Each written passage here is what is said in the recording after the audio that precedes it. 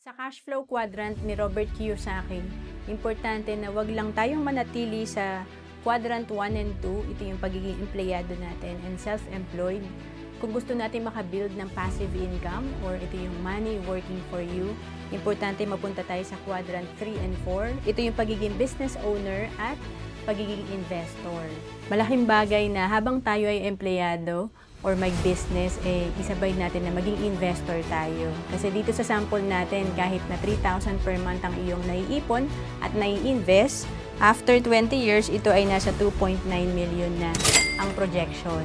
Paano pa pag mas malaki ang kaya nating ipunin at i-invest? At kung naghahanap ka kung saan ka pwedeng mag-invest, pwede ka sa Kaiser na sinimulan ko rin noong 2012. Dito tatlo na yung meron ka.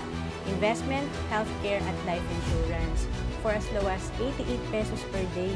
7 years to pay lang ang Kaiser. Pwede ka na magsimula dito. Kahit na OFW ka, we have online application. Pwede ka rin mag-apply. To know more about Kaiser, message mo lang ako sa FB, Pro Ancelis Capistrano.